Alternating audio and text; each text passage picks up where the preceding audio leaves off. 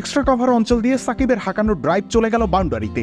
নন striking এন্ডে মুশফিকের উল্লাস, জড়িয়ে ধরলেন দুজনে। সাকিব আল হাসান তো বরাবরই বলেন মুশফিক এমনই, সেই বিকেএসপিতে যেমন দেখেছেন এখনও তাই। রাওয়ালপিন্ডির উইকেটে সিজদা করলেন মুশফিকুর রহিম, যেমনটা করেন যে কোনো স্মরণীয় মুহূর্তে। জয় নিয়ে সাজঘরে ফিরলেন বন্ধু সাকিবকে সঙ্গী করে।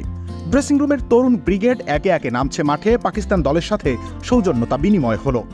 উদযাপনটা একেবারেই অনাড়ম্বর। আর সেই পট পরিবর্তনের সারথি এই মুশফিক কিংবা সাকিব রাই। বাংলাদেশের ওল্ড ব্রিগেড আথার আলী খানের ভাষায় দ্য মোস্ট এক্সপেরিয়েন্সড ক্যাম্পেইনার। এই অভিজ্ঞতা এসেছে অনেক আগুনে পুড়ে, অনেক সমালোচনায় বিদ্ধ হয়ে।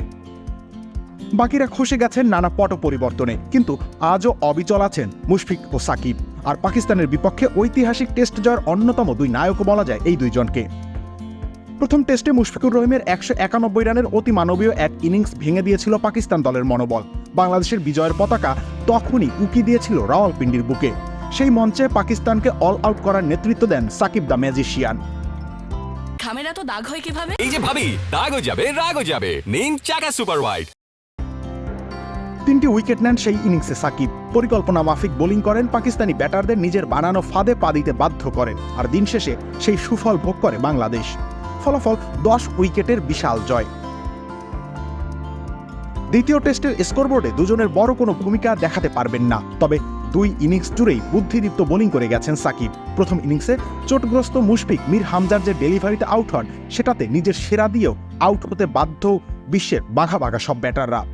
তবে ম্যাচের চতুর্থ ইনিংসের শেষ ভাগে নিজেদের অভিজ্ঞতা দিয়েই জয় ছিনিয়ে এনেছেন দুজনে। ইনিংসের দুজনের শুরুটা আবার দুই রকম। মুশফিক ক্রিজে এসে দ্রুত রান আদায় করতে চেয়েছেন, দ্রুত ম্যাচ শেষ করতে চেয়েছেন, তবে অপর প্রান্তে উইকেট পতনের সাথে সাথে নিজের অ্যাপ্রোচ পাল্টান। সাকিব শুরু করেন রয়ে শোয়ে, কিন্তু তিনি তো আর ব্যাকফুটে গিয়ে ডিফেন্স করার ব্যাটার নন। তাই সাকিব আগ্রাসী হন সময়ের সাথে সাথে, আর সেই আগ্রাসনই আসে জয়, বহুল কাঙ্ক্ষিত এক বাংলা ওয়াশ।